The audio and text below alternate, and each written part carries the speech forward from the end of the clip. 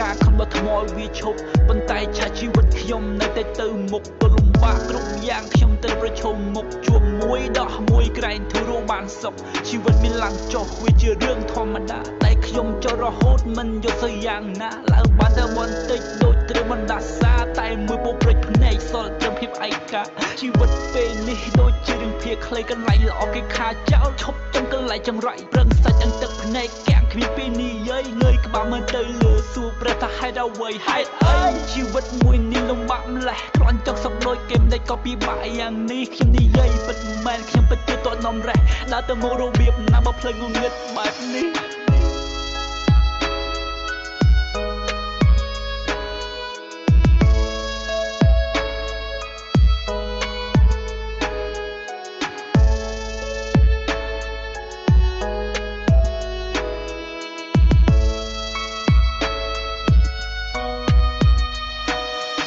អាយុកាន់តែច្រើនកាំងវាមិនដឹងស្អីមកភ័យក្រាស់ជាងហើយមិនទាន់រកឃើញក្តីស្រមៃតើពេលណាទៅបានរស់ស្រួលដូចអ្នកដទៃក៏ដល់រឿងអនាគតយំស្ទើររាត្រីអាសឹកខ្លួនឯងណាស់តែមិនដឹងធ្វើយ៉ាងម៉េចឲ្យតែយំមកដល់គ្រូក្បាលជាតែគិតរឿងស្មុកច្រើនពេកគិតឡើងចង់ប្រេកខ្ទេចលេខឆ្នាំពី3គ្រាប់គេមិនលួចតែធ្វើយ៉ាងម៉េចពេលខ្លះក៏សប្បាយព្រោះរាសីខ្ញុំឡើងពេលនេះខ្ញុំជោគជ័យអ្នកណាក៏លើកដើមកើនសាយបិទមិនចិត្តទឹកមុខខ្ញុំមានសំណើមួយជីវិតសំប៉ុណ្ណឹងបានហើយមិនសំច្រើនសំត្រឹមមានស្នេហាការងារមួយជោគជ័យគ្រួសារជាយល់ចិត្តមិត្តភក្តិបែររាល់ថ្ងៃជីវិតបែបនេះវាពិតជាមានន័យក៏ប៉ុន្តែគួរស្ដាយតាមទឹកខ្ញុំគេងស្រមៃ